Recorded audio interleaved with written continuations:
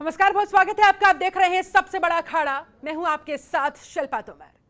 देश भर में कोरोना से लोगों की जान तो गई ही, जीवन यापन का जरिया यानी कि उनकी नौकरियां भी नहीं रही। ऊपर से महंगाई सातवें आसमान पर, अर्थव्यवस्था करहा रही है।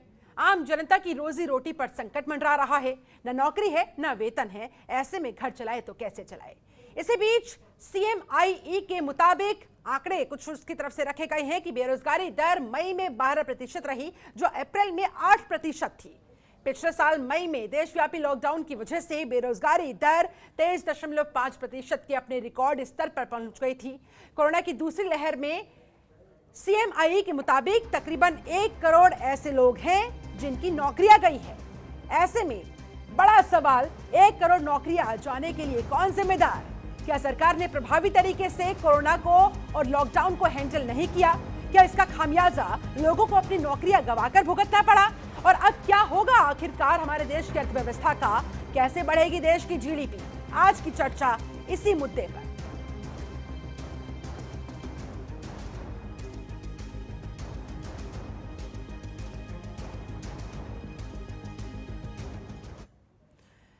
तो कराहती अर्थव्यवस्था, लाचार सरकार, बहुत सारे सवाल खड़े होते हैं। मसलन दूसरी लहर में अर्थव्यवस्था बेहाल, तीसरी लहर में आखिरकार फिर क्या होगा हाल? क्या अर्थव्यवस्था को संभालने की नहीं थी कोई वैकल्पिक व्यवस्था? और अगर नहीं थी तो इसका जवाब भी सरकार को देना होगा। आय सृजन को लेकर क्या है अब आगे की सरकार की रणनीति? 1 करोड़ नौकरियां जाना कोई छोटी मोटी बात नहीं होती है। ऐसे में लॉकडाउन के दंश ने छीना है रोजगार। आखिरकार कैसे संभलेगा हिंदुस्तान? 1 करोड़ नौकरियां जाने का कौन है जिम्मेदार? बिन नौकरी, वेतन, अर्थव्यवस्था की टूटी कमर, आखिरकार फिर कैसे चले ये जीवन? आज इन्हीं तमाम सवालों की जवाब ढूंढने की हम करेंगे कोशिश। हमारे साथ तमाम खास मेहमान इस समय जुड़ चुके हैं। मेहमानों का मैं तारुफ आपसे करवा देती हूँ। हमारे साथ BJP प्रवक्ता दिनेश सिंह जुड़ चुके हैं, बहुत स्वागत है सर आपका। कांग्रेस प्रवक्ता रिटायर्ड विंग कमांडर अनुमा आचार्य हमारे साथ जुड़ चुकी हैं, आपका भी बहुत स्वागत है मैम। इसके अलावा सपा प्रवक्ता कपिल श्रीवास्तव भी हमारे साथ जुड़े हुए हैं। आप सभी मेहमानों का बहुत बहुत स्वागत करती हूं। चर्चा की शुरुआत दिनेश जी आप ही के साथ करना चाहूंगी। 1 करोड़ नौकरियों का जाना किस तरह से देख रहे हैं सर आप, और आखिरकार ये क्यों हो रहा है? क्या आप लोगों का रवैया, आप लोगों की नीतियां लॉकडाउन को हैंडल करने में, कोरोना को हैंडल करने में सही नहीं थी? और क्या इसका ये परिणाम कि आज की तारीख में 1 करोड़ से ज्यादा लोग बेरोजगार हो गए हैं दूसरी लहर में? शिल्पा जी, वैश्विक महामारी में जहां दुनिया के तमाम मुल्क जो स्वास्थ्य सेवाओं में नंबर 2 और 3 आते थे, उन लोगों ने घुटने टेक दिए थे। उनके यहाँ भी बेरोजगारी का आलम चरम पे था। तो हिंदुस्तान तो पहले लहर में वैसे ही टूटा हुआ था, और दूसरी लहर आने के बाद निश्चित तौर पर वो चाहे सरकारी नौकरियां हो चाहे प्राइवेट नौकरियां हो, सरकारी नौकरी वाले तो अभी नहीं काम कर रहे हैं, तब भी सरकार उनको उनके वेतन दे रही है। लेकिन प्राइवेट सेक्टर में स्वाभाविक है, जब दुकानें बंद होंगी, जब प्रतिष्ठान बंद होंगे, जब फैक्ट्रियां बंद होगी, जब मिलें बंद होगी, तो रोजगार प्रभावित होगा, इससे कोई इंकार नहीं कर सकता है। और पहली लहर में भी वो प्रभावित हुआ था, लेकिन जिस मजबूती के साथ उस लहर की समाप्ति के बाद एक बार हिंदुस्तान फिर से खड़ा हो रहा था, वैसे ही हमारी विकास गति भी, GDP भी तेजी गति से आगे बढ़ रही थी। लेकिन फिर से दूसरा वेव आ गया, और भारत उसके खिलाफ भी, जो आप बार बार कह रहे हैं कि इसके जिम्मेदार कौन? इसके जिम्मेदार सरकार नहीं है शिल्पा जी, यह वैश्विक महामारी है।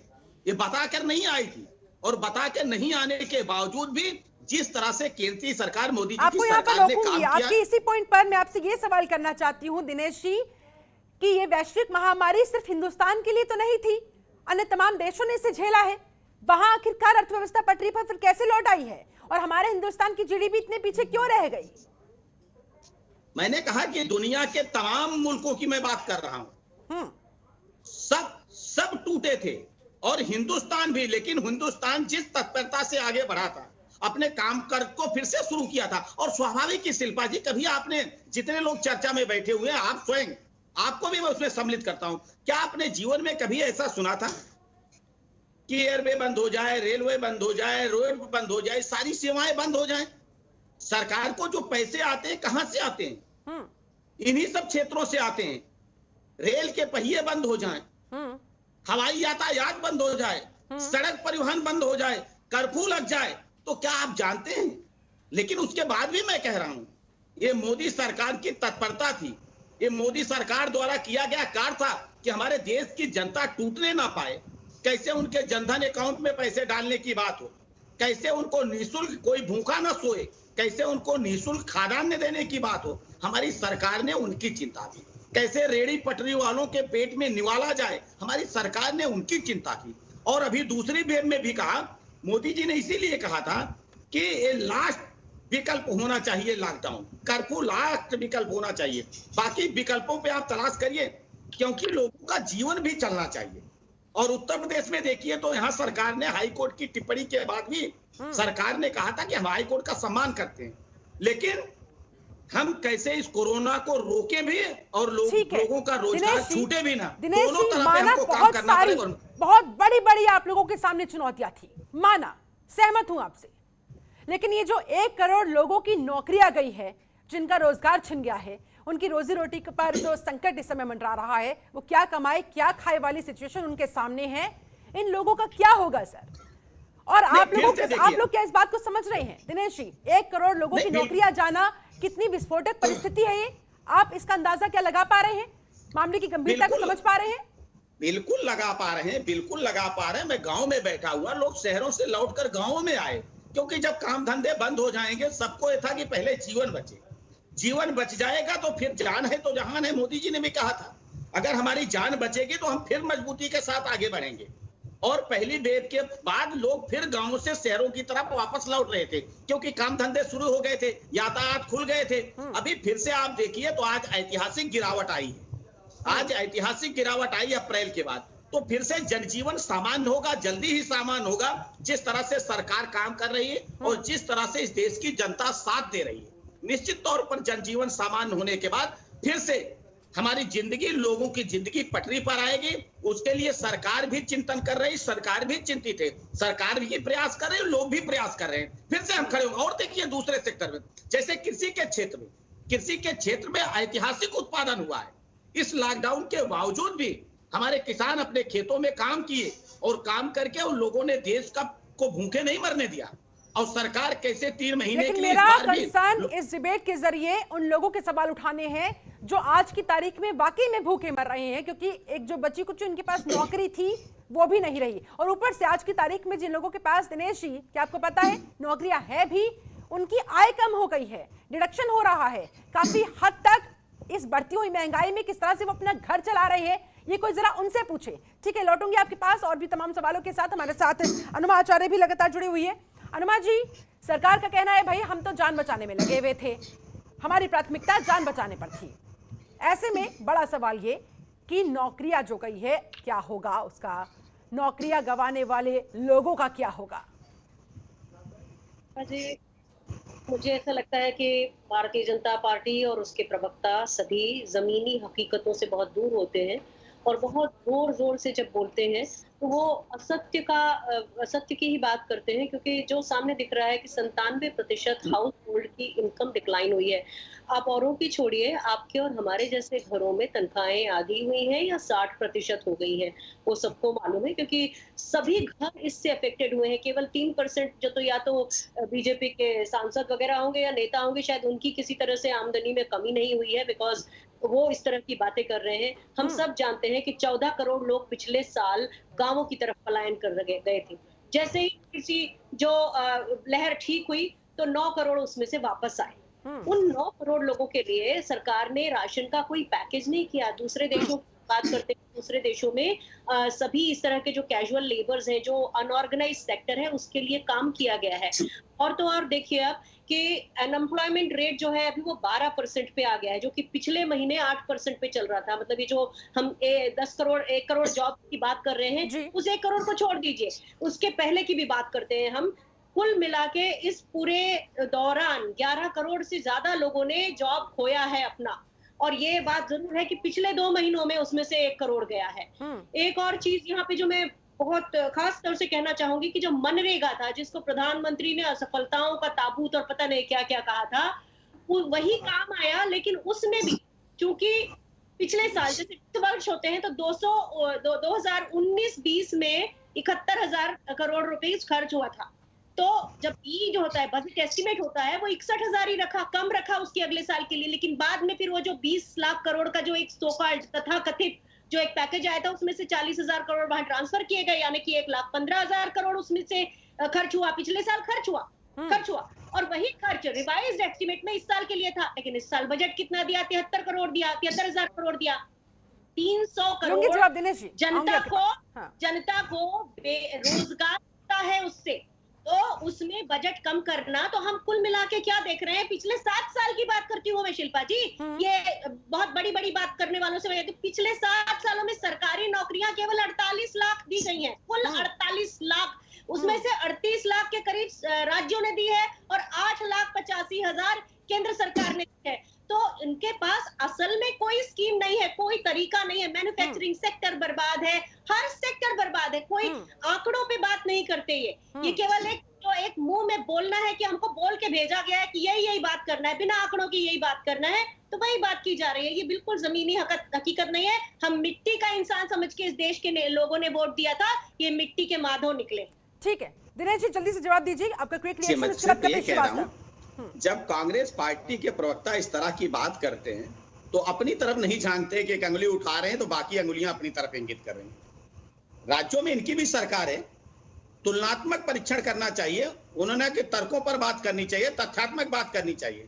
तो कितने रोजगार राजस्थान की सरकार ने दिया और छत्तीसगढ़ की सरकार ने दिया? अभी छत्तीसगढ़ की सरकार और दिल्ली की सरकार ने शायद रोजगार, हो सकता है अभी कांग्रेस की प्रवक्ता मुझे करेक्ट कर देंगी, रोजगार देने का एक नया तरीका शिल्पा जी ढूंढा है कि अभी छत्तीसगढ़ में घरों में और दिल्ली में घरों में शराब की सप्लाई होगी। छत्तीसगढ़ ने पहले किया और दिल्ली की सरकार ने कल किया, शायद इससे रोजगार बढ़ाने वाले होंगे। ये इनका तरीका हो सकता है। जब इस तरह की बैठ के बात करते हैं और कह रहे हैं कि गरीबी घटी होगी, भारतीय जनता पार्टी के लोगों की गरीबी, अरे भैया वसूली आपके मंत्री 100 करोड़ कर रहे हैं एक मंत्री, और आप चर्चा हमसे कर रहे हैं। जब इस तरह की बातें किया करिए कृपया, तो हम यही कह रहे हैं कि आपदा में अवसर तलाशने की कोशिश मत करिए। हम तो लेकिन इस आपदा में जिन लोगों की नौकरियां गई है, जो लोग ऐसे आपको सुन रहे होंगे दिनेश जी, जाहिर तौर पर उन्हें कहीं ना कहीं मायूसी हाथ लग रही होगी कि आखिरकार सरकार का ये किस तरह का रवैया है।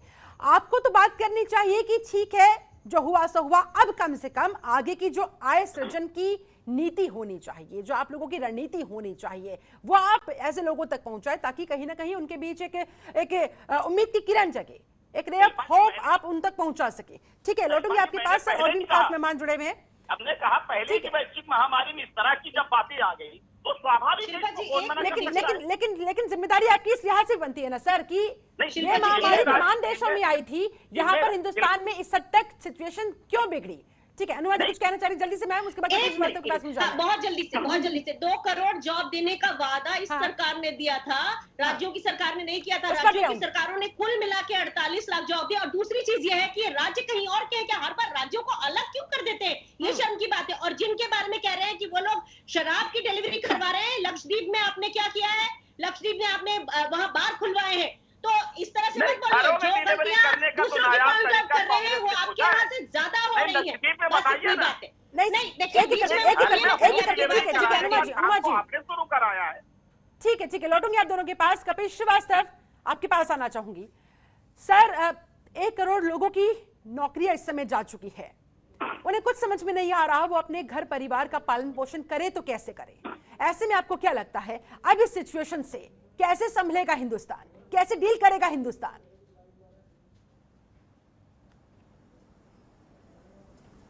देखिए शिल्पा जी, 1 करोड़ नौकरियां नहीं गई, मैं पूरे सबूत के साथ बैठा हूं।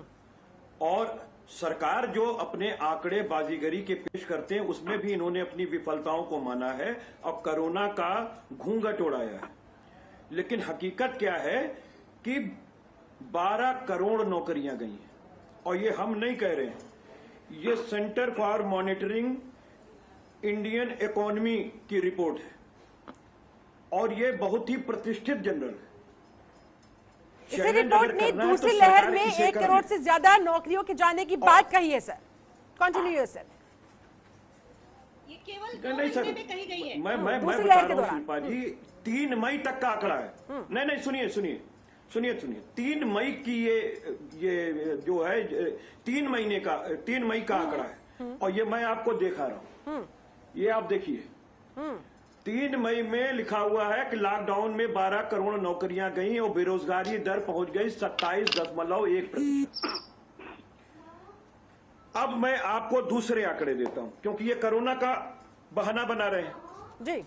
मैं आपको सिर्फ एक बात पूछना चाहता हूं कि विश्वव्यापी ये महामारी है, 3 करोड़ नौकरियां अमेरिका में गई थी, तो अमेरिका की सरकार ने जिनकी नौकरियां गई थी सबको पूरी की पूरी तनख्वाह घर पर पहुंचाई है, बेरोजगारी भत्ता के नाम पर, पता कर लें। दूसरी बात, एक मैंने सबसे अमीर राष्ट्र की बात कही, अब सबसे गरीब राष्ट्र की बात कर लेते हैं। नेपाल में भी बेरोजगारी दर इंडिया से बेहतर है और उनकी जीडीपी भी हमसे बेहतर है। बांग्लादेश तो हमसे आगे चला गया। यह हो सकता है कि वो पार्ट टाइम के लिए ही आगे गया हो, लेकिन अभी उसे कवर अप करने में यहां की जब सारी लहरें खत्म हो जाएंगी तभी आप बांग्लादेश को पछाड़ पाएंगे। प्रति व्यक्ति जो इनकम थी वो भी हमारी घटी है। तो सारे आंकड़े तो इनको बता रहे हैं कि आपने क्या कर दिया इस देश को। और दूसरी बात दिनेश जी, क्योंकि आप एक लर्नेड प्रवक्ता हैं अपने भारतीय जनता पार्टी के, सुनते भी हैं, मैं पूछ रहा हूं आपसे कि जब कोरोना काल के पहले, मैं 2 मार्च सन 2020 के आंकड़े आपको दे रहा हूं, उस समय बेरोजगारी दर पूरी इंडिया में 9% थी और आपको जब हैंडओवर हुआ था ये देश 2014 में तो उस समय 2.47% थी और 2019 में जब आपकी सरकार चुनाव लड़ रही थी उस समय आपने श्रम विभाग से ये जो डाटा आता है इसको आपने बंद कर दिया था। और उस समय जब आपने 19 में खोला अपने इलेक्शन के बाद तो ये 6.1% थी, यानी 45 साल की सबसे बड़ी बेरोजगारी दर। तो आप कवर अप नहीं कर सकते कि आप यानी कि कोरोना का बहाना बनाकर हाइड नहीं हुआ जा सकता। बांग्लादेश में भी था। ठीक है, इन आंकड़ों पर और बात कर लेते हैं। इनकी विफलता की कहानी है जो शौचालय के लोटे से शुरू होकर और शमशान के लोटे पे खत्म हुई है। ठीक है कपिश जी, आऊंगी आपके पास। दिनेश जी जल्दी से जवाब, उसके बाद हमारे साथ अर्थशास्त्री मनीष गुप्ता भी जुड़ गए, उनके पास जाऊंगी। बिल्कुल, देखिए हमको भी अच्छा लगता है कि जब कपिश जी तर्क के साथ बात करें और करना भी चाहिए। देखिए आंकड़ों के साथ बात करना चाहिए, अच्छा भी लगता है। हो सकता है शौचालय का लोटा ठीक लगता रहा हो कि लोग खुले में महिलाएं शाम को जाती रही हो सकता है समाजवादी पार्टी को, कांग्रेस पार्टी को अच्छा लगता रहा हो, लेकिन हमको अच्छा नहीं लगा, इसलिए हमने शौचालय का निर्माण कराया। अगर देश में हमने करोड़ों करोड़ शौचालय बनाए तो उससे रोजगार का भी सृजन हुआ। जब 3 किलोमीटर सड़कें बनती थी, आज 12 किलोमीटर सड़कें बन रही हैं, तो उसमें रोजगार के अवसर उपलब्ध हुए। नौकरियों की बात नहीं, नौकरी एक विषय है, रोजगार दूसरा विषय है। जब आप काम, और हमारी सरकार जब से आई थी 14 से लेकर आज तक, मैं बात कर रहा हूँ 21 तक, क्या आप इसमें डिफरेंशिएट कर रहे हैं ना सर, लेकिन जो आम जनता है वो नहीं करती है, उसको तो अपनी रोजी रोटी का कोई ना कोई जरिए चाहिए होता है, चाहे वो नौकरी हो। हाँ ठीक है, लेकिन आज की तारीख में वो भी उनके हाथ में नहीं है ना सर। लेकिन हमारी सरकार ने उस दिशा में काम किया। जब सड़कें बन रही हैं, हर तीसरे जिले में मेडिकल कॉलेज बन रहे, जब शौचालय बन रहा है, सबको छत देने का काम किया जा रहा है, तो क्या इसमें मैन पावर नहीं लगता है? लोगों को काम नहीं लगता? अरे कहाँ मेडिकल कॉलेज बन रहे हैं? ये सब फर्जी आंकड़े कहाँ से दे रहे हैं आप? कहाँ से कपिश जी, आप उत्तर प्रदेश में रहते हैं ना, उत्तर प्रदेश के प्रत्येक जिलों में आप पता कर लीजिए किसी जिले में ना। ठीक है, पता तो करिए, आंकड़े तो लीजिए। ठीक है सर, आंकड़ों पर क्लैरिफिकेशन के लिए मनीष गुप्ता के पास जाना चाहूंगी। शास्त्री जी हमारे साथ जुड़ रहे हैं। मनीष जी किसके आंकड़े सही, किसके आंकड़े फर्जी? और ये जो आंकड़े कपिल श्रीवास्तव की तरफ से सारे पेश किए गए हैं, जाहिर तौर पर सरकार की विफलता की तरफ इशारा करते हुए, आखिरकार क्या माना जाए? क्या वाकई में सरकार कोरोना का बहाना मारकर अपनी विफलता को, अपनी असफलता को छिपाने की कोशिश कर रही है? जिस रणनीति के साथ सरकार को काम करना चाहिए था वो नहीं हुई, इसी वजह से अर्थव्यवस्था का आज की तारीख में यह हाल हो गया। अनिश गुप्ता। शिल्पा जी, आप ये समझिए, कपिश जी एक जाने माने वकील हैं और उन्होंने आंकड़े दिए तो कुछ सोच के ही दिए होंगे। ये अलग बात है कि जिस प्रोफेशन में है वहां डाटा चैलेंज एक दूसरे को करते रहते हैं। अब उन्होंने कहा देश में 12 करोड़ लोगों की नौकरी चली गई। इसका मतलब मैं ये समझूं देश में कितने % पीएफ रजिस्ट्रेशन है और कितने % अनऑर्गेनाइज सेक्टर में जॉब है? मेरे ख्याल से सब मिलाकर 15 करोड़ नौकरियां तो देश में हैं ही, और 12 करोड़ चली गई तो देश कैसे चल रहा है? मैं लिखित तौर पर गारंटी से कह सकता हूं कि ये डेटा डिफेक्टिव है, ये डेटा बिल्कुल गलत है।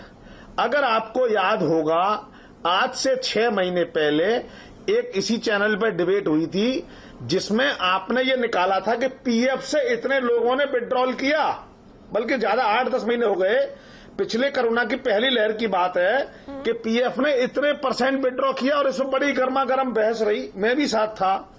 और उसके बाद एनालिसिस के बाद ये पता लगा कि नॉर्मली जितना विड्रॉल हुआ है उसका 65% से 67% तक डेटा, इतना विड्रॉ तो नॉर्मली होता रहता है। विवाह, शादी, मकान, बुढ़ापा और बच्चों की पढ़ाई, इन सब कामों में खर्च होता ही रहता है।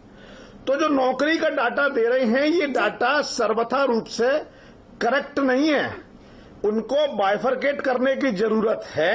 एक बात।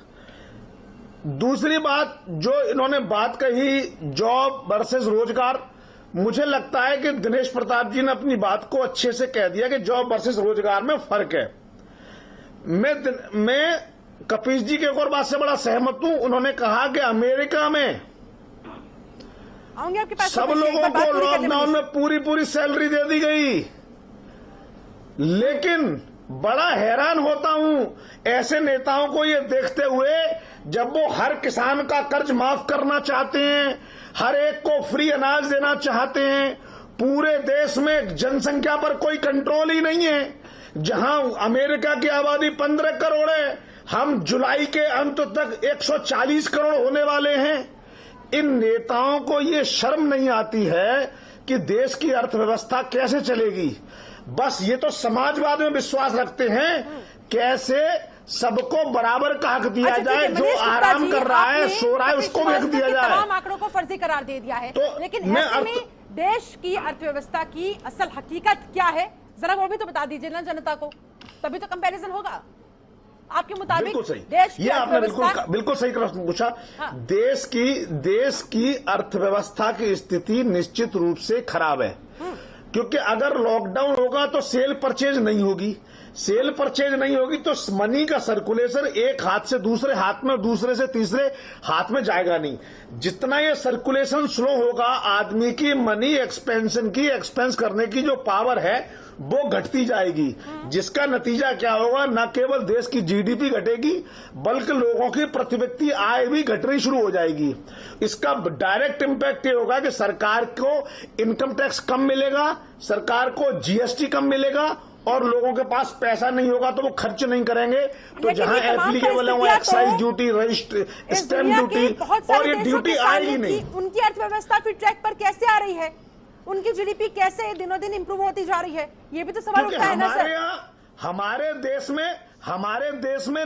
हमारे देश के नेता विरोध की राजनीति करते हैं ना, गरीब की राजनीति करते हैं। हमारे देश में विकास की राजनीति करता ही कौन है? हम सबको, कपीस जी को भी, दिनेश जी को भी, सबको ये शपथ लेनी होगी कि हम विकास की राजनीति की बात करेंगे, देश की अर्थव्यवस्था को संभाल के बात करेंगे। देश सर्वोपरि है। लेकिन आज हमारे क्या है, देश सर्वोपरि है और होना भी चाहिए। ठीक है। गरीबों को 60,000 जवाब देना चाहिए जल्दी से सर, उसके बाद ब्रेक पर भी ज्यादा होगा, उसके बाद फिर अनुराग जी की बात होगी, विकास पर बहस। ठीक है। कपिल जी जल्दी से। मनीष जी पहले जान लें कि इस देश का विपक्ष जितना सकारात्मक है उतनी सरकार नहीं है, क्योंकि इसी काल से, इसी महामारी के दौर से निकालने के लिए विपक्ष ने सर्वदलीय बैठक की मांग एक बार नहीं 4 बार की है, लेकिन इस सरकार ने हमारे इन पत्रों को ठुकरा दिया है। और भारतीय जनता पार्टी के जो राष्ट्रीय अध्यक्ष जी हैं, उन्होंने आलोचना की और टिप्पणियां की हैं तमाम। आप इस बात को एक तरफा कह रहे हैं। दूसरी बात, मैं वकील जरूर हूं पेशे से, बावजूद इसके सच्चाई सामने एक वकील ही लाता है। मैंने अगर कोई तथ्य और आंकड़े दिए थे तो मैंने बकायदा इस मोबाइल पे उसको चस्पा किया था। वो मेरे आंकड़े नहीं थे, वो CMIE के आंकड़े थे। और आज भी कह रहा है कि निजी क्षेत्र के एक प्रमुख थिंक टैंक कहना है कि लॉकडाउन के चलते भारत में अप्रैल में 12 करोड़ 20 लाख लोग बेरोजगार हो गए। कोरोना वायरस को फैलने से रोकने के लिए सरकार ने 40 दिनों के कपिल जी, आपका जवाब आ गया। अनुमाचार्य जल्दी से मैम 10 सेकंड आपके पास, उसके बाद ब्रेक पर जाना होगा। आपका रिएक्शन? मैं ये कहना चाहता हूँ, मैं ये CMI के आंकड़े हैं जो आपने बताए कि आज भारत में सबसे ज्यादा युवा है। आज भारत में 60% युवा है और सबसे ज्यादा बेरोजगारी का संकट भी यहीं पर। चलिए ठीक है, लौटूंगी आपके पास सर। अनुमाचार्य जल्दी से मैम।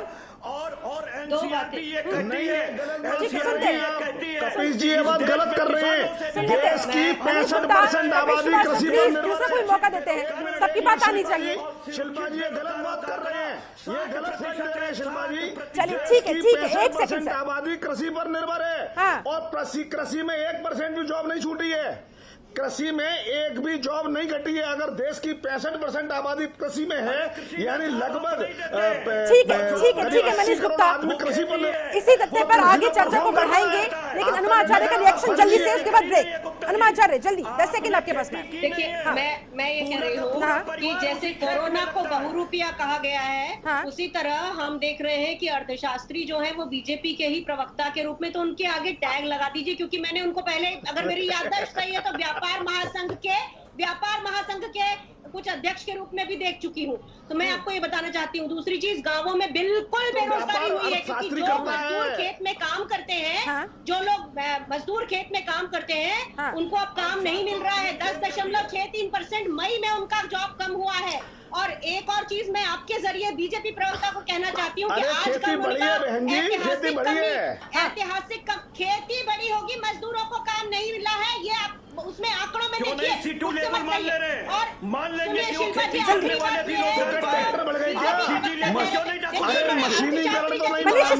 सुन लेते हैं, तभी तो दिनेश सिंह जवाब देंगे ना जब सवाल उनके सामने आएगा। ये बीच में बोलने क्यों नहीं देते हैं? ये दिख ही रहा है इनका बहुरूपिया। चलिए ठीक है, लौटूंगी आप सभी के पास। फिलहाल मुझे यहाँ पर एक बहुत छोटे से ब्रेक के लिए रुकना होगा।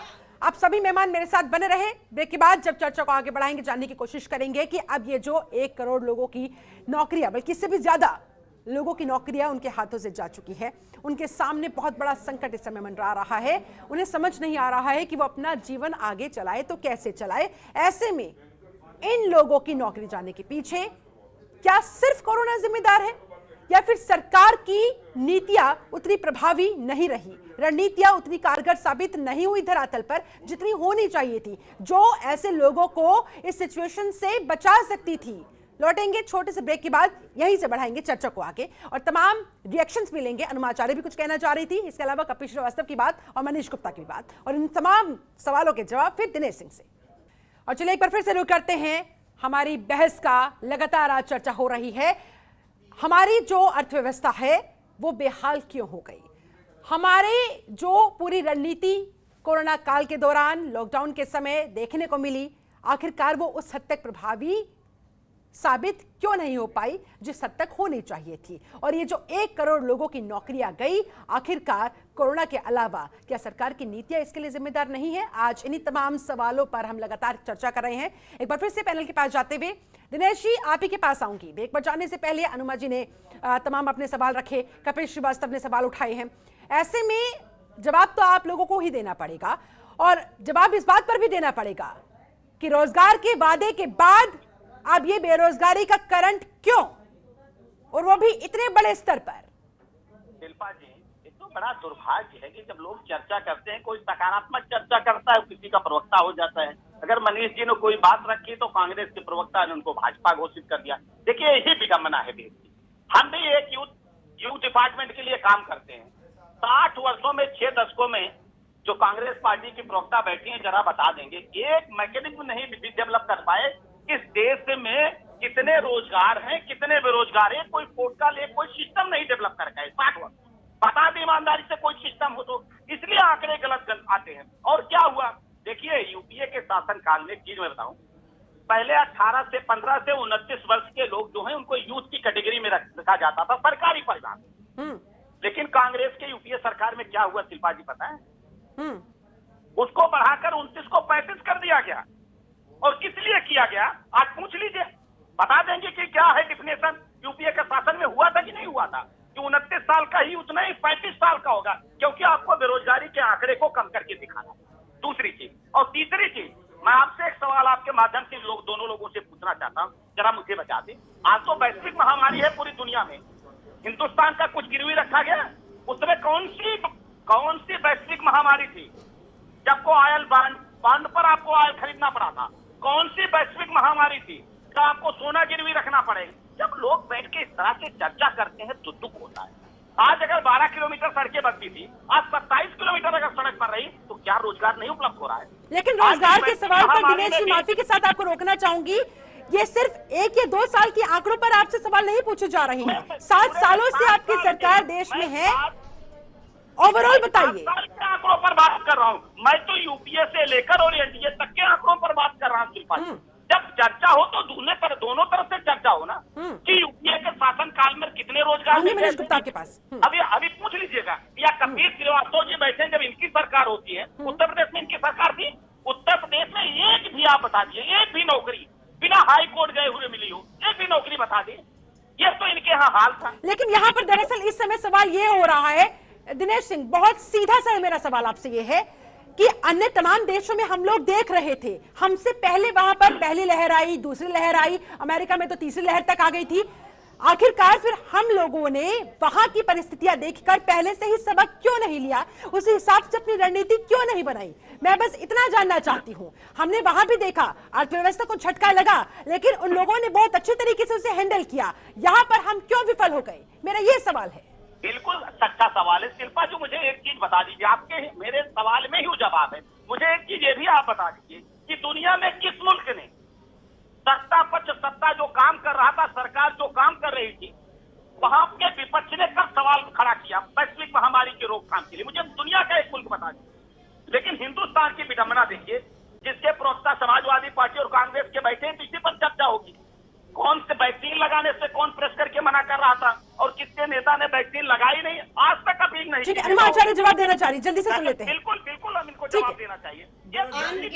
ठीक है सर, ठीक है दिनेश जी आपने जवाब मांगा है, जल्दी से जवाब सुन लेते हैं, उसके बाद कपिल श्रीवास्तव, मनीष गुप्ता भी। एक सेकंड, एक अनइंटरप्टेड मुझे मौका दीजिए, क्योंकि बीच बीच में बहुत बोलते हैं लोग। बोलिए मैम, बोलिए। मिनिस्ट्री ऑफ स्टैटिस्टिक्स जो है वो भारतीय जनता पार्टी ने नहीं बनाई, पहले से है, उसमें अलग अलग है, एनएसएस है, सीएसओ है और सीएमआई भी है। तो ये जो पोर्टल की बात कर रहे हैं, ये तो मैंने इनको इसका जवाब दिया। दूसरा, ये जो फिर एक बार बार भ्रम फैलाते हैं, 3 जनवरी को आदर पूनावाला ने एक इंटरव्यू को भारत बायोटेक के कंपटीशन में आते हुए उसकी एफिकेसी पे सवाल किए थे, तब से भ्रम फैला है, विपक्ष का इसमें कोई रोल नहीं है। इन्होंने आज कहा ऐतिहासिक रूप से कमी आई है आज डेटा में, ये लोग पहले डिक्लेयर करना शुरू कर देते हैं, इसीलिए तैयारी नहीं होती है कि आज ही कूद पड़े कि आज ही ऐतिहासिक कमी हुई है। इनको मालूम हो कि 38 करोड़ लोगों को आज अस्तित्व का संकट है इस देश में, और 6 करोड़ व्हाइट कॉलर लोग बहुत परेशान है। जितना अभी पीएफ निकाला गया है 100 लाख करोड़ के करीब, तो उसके बारे में सोचिए, पीएफ क्यों कोई निकालता है? जब जरूरत पड़ती है तभी, पहले नहीं निकाला गया, अभी निकाला गया है, तो मैं उसकी बात कर रही हूँ। और दूसरी बात अर्थशास्त्री आए हैं, तो अर्थशास्त्र पे बात करें, ये बताएं कि हम -7.3 जीडीपी क्यों है हमारी परसेंटेज में, जबकि चीन की जो है 18.3% ऊपर चल रही है। तो अर्थशास्त्री पहले इस पर जवाब ले लेते हैं जल्दी से। समर्थन मैंने ठीक है मनीष गुप्ता, क्या जवाब होगा इसका? क्योंकि कंपैरिजन अगर होगा तो इस स्तर पर भी होना चाहिए। जीडीपी हमारे नेगेटिव में, ये तमाम जो वैश्विक महामारी का दौर था वो तो चाइना ने भी झेला होगा, अमेरिका ने भी झेला होगा। बोलिए सर। हम अपने आप को चाइना और अमेरिका से कंपेयर नहीं करते। हाँ, हम अपने आप को चाइना और अमेरिका से कंपेयर करने की सच्चाई का सामना करें। सबसे पहले अनुमा बहन की बात का मैं जवाब देता हूं। उन्होंने कहा पीएफ से पैसा विड्रॉ क्यों हो रहा है? 100% परेशानी में हो रहा है, मेजरली बीमारी के लिए हो रहा है। जिस तरीके से हॉस्पिटल्स के महंगे महंगे बिल आए हैं, लोगों को पीएफ निकालना पड़ा है। लेकिन इस प्रॉब्लम का सॉल्यूशन क्या है? इस प्रॉब्लम का सॉल्यूशन है कि हर व्यक्ति मेडिकल कवरेज के अंदर हो, हर व्यक्ति का मेडिक्लेम होना चाहिए। लेकिन हम ऐसा नहीं होने देते। और धंधा चालू अगर प्रधानमंत्री कोई योजना लाता है कि इन सबका मेडिकल फ्री होगा, तो आप कांग्रेस की सरकार उनका विरोध करते हैं। आप सही बात तो पूछते नहीं है। तो आप ये समझिए, पीएफ अगर आप मेडिकल कवरेज पूरे देश के लिए कर दें तो प्रॉब्लम रिजॉल्व हो। आपको पूछना चाहिए कि हॉस्पिटैलिटी इंडस्ट्री को कैसे हेल्प मिलेगी। आप भाजपा से प्रश्न नहीं पूछ रहे हैं। ठीक है, जवाब ले लेते हैं जल्दी से। अनुमा जी जल्दी, उसके बाद कपिल श्रीवास्तव के पास जाना होगा और फिर सारे सवालों के जवाब दिनेश सिंह से। नहीं, ऐसे किसी को हम ये नहीं कह सकते कि आपने पीएफ केवल बीमारी के लिए निकाला है। भैया, लोगों की नौकरियां गई हैं, लोगों के पैसे कम हुए, मेरे अपने घर में तनख्वाहें कम हुई हैं। तो क्या बात कर रहे हैं, पीएफ से पैसा निकालना पड़ रहा है। ये नहीं कह सकते हमारे यहाँ कोई बीमारी नहीं पड़ा। तो पीएफ से पैसा इसलिए निकल रहा है क्योंकि लोगों के पास रोजगार नहीं है, और रोजगार अगर है भी तो केवल रिटेनरशिप की मनी दी जा रही है, उससे ज्यादा पैसे नहीं मिल रहे हैं। और इनको बोलिए अर्थशास्त्र की बात करें, हम अर्थशास्त्र में बात चाहते हैं। ये अनर्गल इधर का उधर ना करे। ये कहीं पर व्यापार संघ के भी वो बन के आए थे, तो मैं इनके ऊपर बिल्कुल भरोसा नहीं करती। इनकी अगली बार इनके सामने ठीक है कपिल श्रीवास्तव, जल्दी से उसके बाद जवाब दिनेश सिंह से। जल्दी कपिल श्रीवास्तव। हाँ सर, आप ही का नंबर है। देखिए इस बात को तो मनीष जी क्योंकि अर्थशास्त्री हैं तो मानेंगे कि कोरोना काल के पहले यानी 20 मार्च के पहले जो देश की जीडीपी थी वो 3% थी, और आधार वर्ष जो 10-11 था उसको 11 से 12 कर दिया गया। बास्केट ऑफ कमोडिटीज में जो ऑर्गेनाइज सेक्टर और इनऑर्गेनाइज सेक्टर था, उसमें कौन सा वो सेक्टर था जो इनऑर्गेनाइज सेक्टर को ऑर्गेनाइज सेक्टर में डाल करके अप किया गया? क्योंकि यशवंत सिन्हा जी ने यही बात कही थी। मैं इकोनॉमिक्स को समझता हूं, मैं भरपूर इकोनॉमिक्स की पकड़ रखता हूं। मैं अगर आपको बास्केट ऑफ कमोडिटीज डिस्कस करना चाहता हूं तो जरा मनीष जी हमें आप बताइए वो कौन सा अनऑर्गेनाइज सेक्टर की चीज थी जिसपे 4 अंक का भार अंक दे करके उसको ऑर्गेनाइज सेक्टर में डाल दिया इस सरकार ने, और अपनी जीडीपी को बेहतर करने के लिए, वरना ये माइनस में पहले ही जीडीपी थी। बताइए वो कौन सा है? मनीष गुप्ता जल्दी से। शास्त्री है, मैं व्यर्थ शास्त्री वाली कोई बात नहीं सुनूंगा। आपके इस तथ्य पर जवाब ले लेते हैं, उसके बाद चर्चा को आगे बढ़ाते हैं। ठीक है, जल्दी से सर। जीडीपी का मतलब होता है ग्रॉस डोमेस्टिक प्रोडक्ट। बिल्कुल ठीक। अब उस ग्रॉस में चाहे ऑर्गेनाइज हो या अनऑर्गेनाइज सारा शामिल है। अब क्या बात कर रहे हैं, लॉजिकल बात कर रहे हैं। GDP covers everything. जीडीपी मुझे बास्केट ऑफ कमोडिटीज आपसे समझनी है। अरे आपको समझ नहीं है, आप उसकी भाषा को। अरे ऑर्गेनाइज और अनऑर्गेनाइज है, दोनों का टोटल। एक सेकंड आम जनता को ये टेक्निकलिटीज समझ में नहीं आती है और ना ही उन्हें समझनी है। उन्हें बस इस बात से मतलब है कि उनकी नौकरियां क्यों गई, और अब जो गई है कैसे वापस उन्हें मिलेगी। दिनेश सिंह आपके पास आते हुए। ठीक है सर, दिनेश जी से बोल। एक सेकंड कपिल जी मनीष गुप्ता दोनों से दरख्वास्त है, एक एक करके सर चर्चा को आगे बढ़ाते हैं, किसी कंक्लूजन पर जाते हैं। आपस में उलझने से कुछ नहीं होगा। कपिल श्रीवास्तव, मनीष गुप्ता दोनों से एक बार फिर से मैं दरख्वास्त करती हूँ, दिनेश सिंह से जो मैंने सवाल पूछा उसका जवाब लेने दीजिए। बिल्कुल दिनेश जी, आपने कहा कि आम आदमी को ये आंकड़े नहीं समझ में आते हैं। आपने कहा सही कहा कि गांव में बैठा हुआ आदमी इन आंकड़ों के मकल जाल में नहीं, उसको तो 2 वक्त की रोटी चाहिए, उसके तो हाथ में पैसा चाहिए। मैं एक सीधा सा सवाल आपके माध्यम से कांग्रेस के प्रवक्ता को पूछता हूँ, बहुत हद कि रोजगार का मुद्दा जो है युवाओं से जुड़ा हुआ मुद्दा है, युवाओं से जुड़ा मुद्दा है, इसको सब स्वीकार करेंगे जी? बिल्कुल। तो अटल जी जब सरकार थे अनुमान जी, तो युवा आयोग की स्थापना की गई, युवाओं के मामले को सुनने के लिए। जरा युवा आयोग की स्थापना की गई, युवा आयोग बना था पहली बार अटल जी की सरकार में, कपिल जी को भी याद है। जरा मैं कांग्रेस के प्रवक्ता से पूछना चाहता हूँ, युवाओं को इतनी ही चिंता थी तो आयोग को भंग क्यों कर दिया था? जरा मुझे बता दीजिए ना, जरा एक बार आप बता दीजिए अगर जानकारी हो तो। अनुमा जी जानकारी नहीं है अनुमा जी, उस समय जानकारी।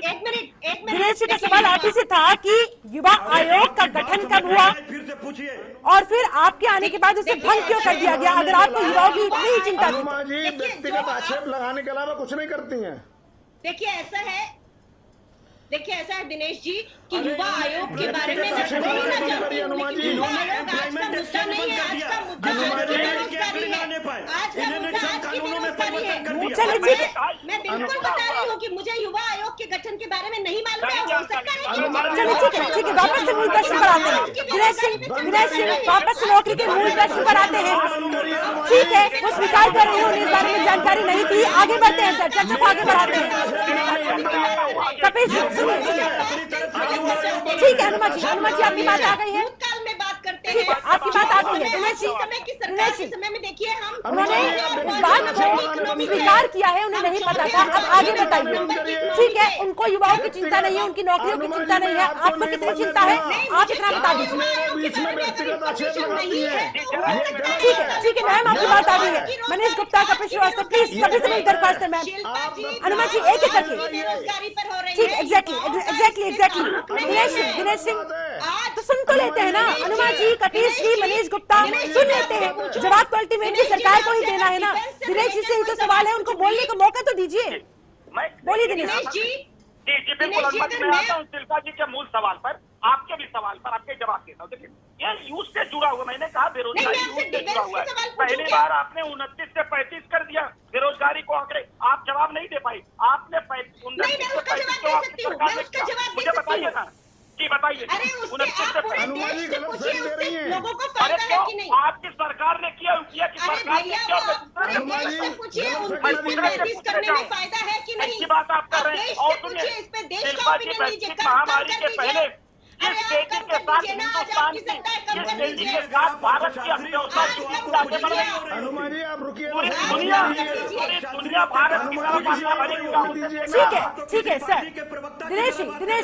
दिनेश जी आप मेरी बात का जवाब दीजिए, मेरे सवाल का जवाब दीजिए। एक एक करके ऐसे में आप में से किसी की भी बात जनता तक ना पहुंचेगी, ना उन्हें समझ में आएगी, और ना आपका पक्ष उनके सामने स्पष्ट हो पाएगा कि दरअसल आप चाहते क्या है, आपका स्टैंड क्या है।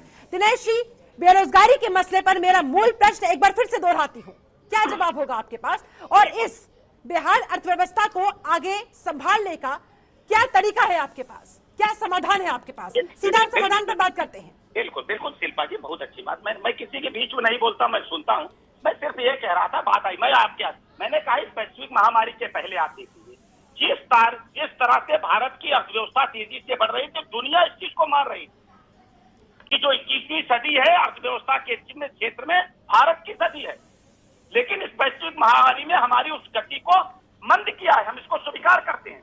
लेकिन उसके बावजूद भी हमने कहा कि कोई वैश्विक महामारी नहीं थी, आयल बैंक रखकर हमको तेल मंगाना पड़ा था, सोने के गिरवी रखना पड़ा था। आज क्या हिंदुस्तान में ऐसी कोई व्यवस्था है? कांग्रेस को छोड़िए ना, विपक्षी दलों को छोड़ दीजिए। आप लोग इस समय क्या कर रहे हैं? देश की जनता बस ये जानना चाहती है, उम्मीद की किरण किस तरह से आप उनके सामने लाएंगे ये जानना चाहती है, किस रणनीति के साथ आगे आप काम करने वाले हैं ये जानना चाहती है। बिल्कुल। देखिए हमें चाहते हैं, हमारी सरकार उस दिशा में काम कर रही थी पहले दिन से।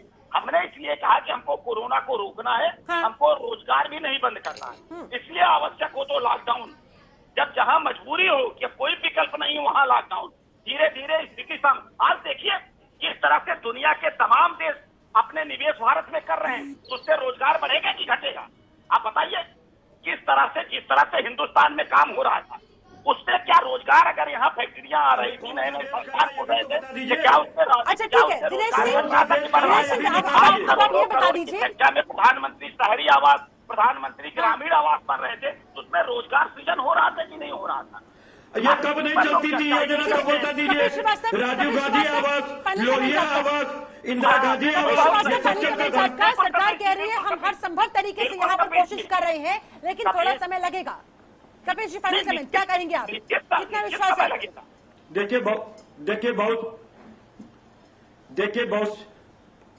बहुत सीधी सी बात है कि ये इनको बेरोजगारी पे बात करनी थी, बात पता नहीं कहां चले गए। मैं आपको बता दूं आपके कांड इन्फॉर्मेशन कि आप सारा सोना भी गिरवी रख दीजिएगा ना तो भी आप छुड़ा नहीं पाइएगा, क्योंकि इन 7 वर्षों में 51 लाख करोड़ रुपए मोदी सरकार ने इंफ्रास्ट्रक्चर के नाम पर उठाया और बेरोजगारी परोस दिया।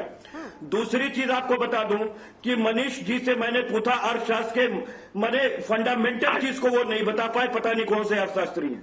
मैं बहुत सीधी सी बात आपको कहना चाहता हूं कि जब तक क्रय शक्ति नहीं बढ़ाइएगा लोगों की, ये इकोनॉमी जो है रिवाइव नहीं कर पाएगी। और ये सरकार ने इस दूसरे कार्यकाल में हमें बताइए कितना हाथ लोगों के मजबूत किए हैं। भाई अगर पीएफ निकालना पड़ रहा है उस व्यक्ति को तो मजबूरी में निकालना पड़ रहा है ना, तो आप कहें खुश हो रहे हैं? आपको खुश नहीं होना चाहिए। और मेरे जैसे लोग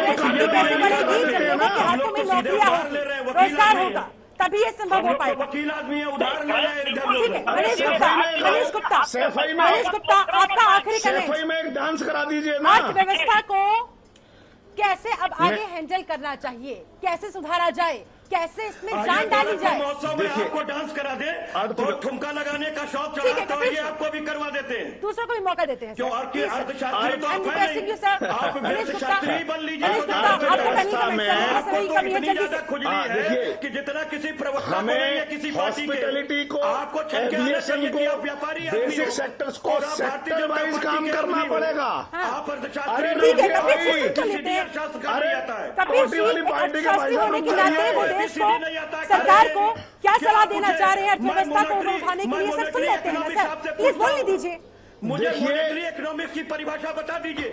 अरे रुकिए ना भाई, ठीक है, मुझे इस देश को टोटी वाले नेताओं से बचाना होगा। आपकी बात हो गई है सर, आपका पॉइंट आ गया है। फाइनल कमेंट ले लेते हैं जल्दी से। मनीष गुप्ता बैठिए और या फिर मेरे प्रश्नों का जवाब दीजिए पहले। मनीष गुप्ता फाइनल कमेंट जल्दी से। कहना ये है हमें सेक्टर वाइज इंडस्ट्रीज को सपोर्ट करना होगा। ठीक है, जैसे एविएशन सेक्टर हुआ, मैन्युफैक्चरिंग सेक्टर हुआ, हमें इनको सपोर्ट करना पड़ेगा। इसको टैक्स में रिबेट देनी होगी, कंप्लायंस कॉस्ट हटानी होगी। और क्रय शक्ति को बढ़ाने के लिए क्या करना होगा? इस समय ऐसा कौन सा फौरी कदम हो सकता है जो उठाया जा सकता है? अरे नौकरी जो आपकी दिक्कत मनीष जी को नौकर बनाना चाहते हो और व्यापारी को बर्बाद करना चाहते हो। व्यापार को बर्बाद करने में आपके जैसे नेताओं का रोल है। चलिए ठीक है, आपका फाइनल कमेंट में आपके जैसे नेताओं का रोल है। युवाओं को कैसे बचाया जाए, उनकी नौकरियों को कैसे बचाया जाए।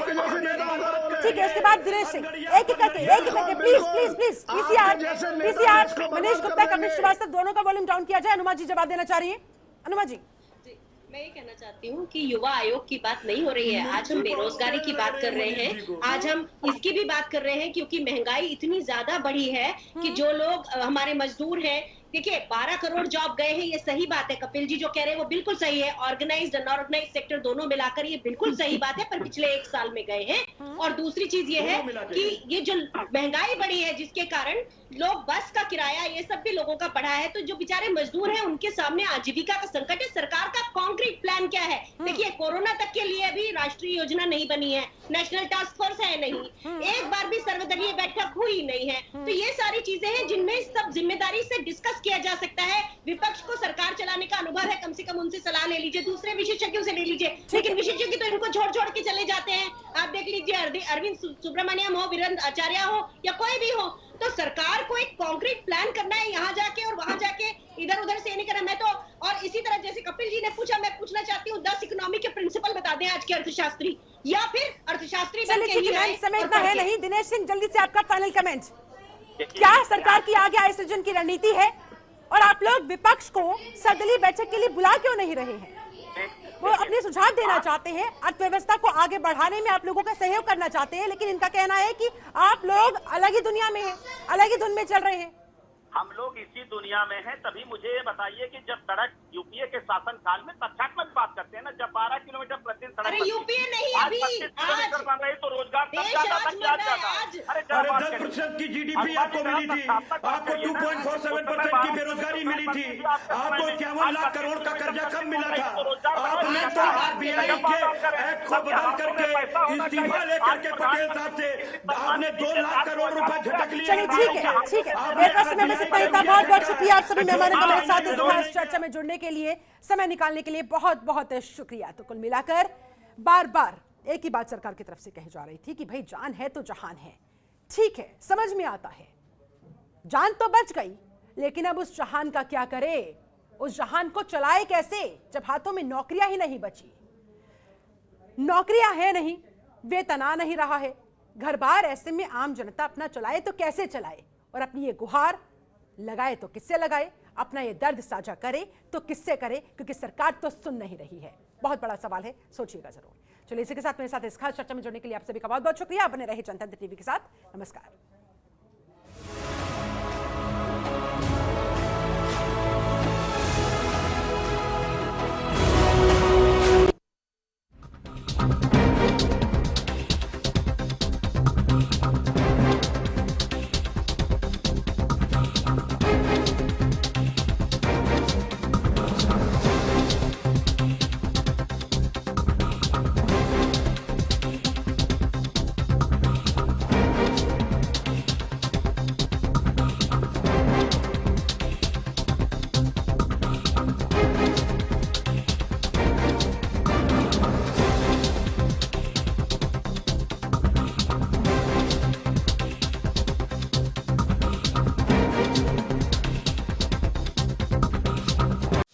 खबरों के निष्पक्ष विश्लेषण के लिए सब्सक्राइब करें Jantantra TV and press the bell icon. Never miss any update.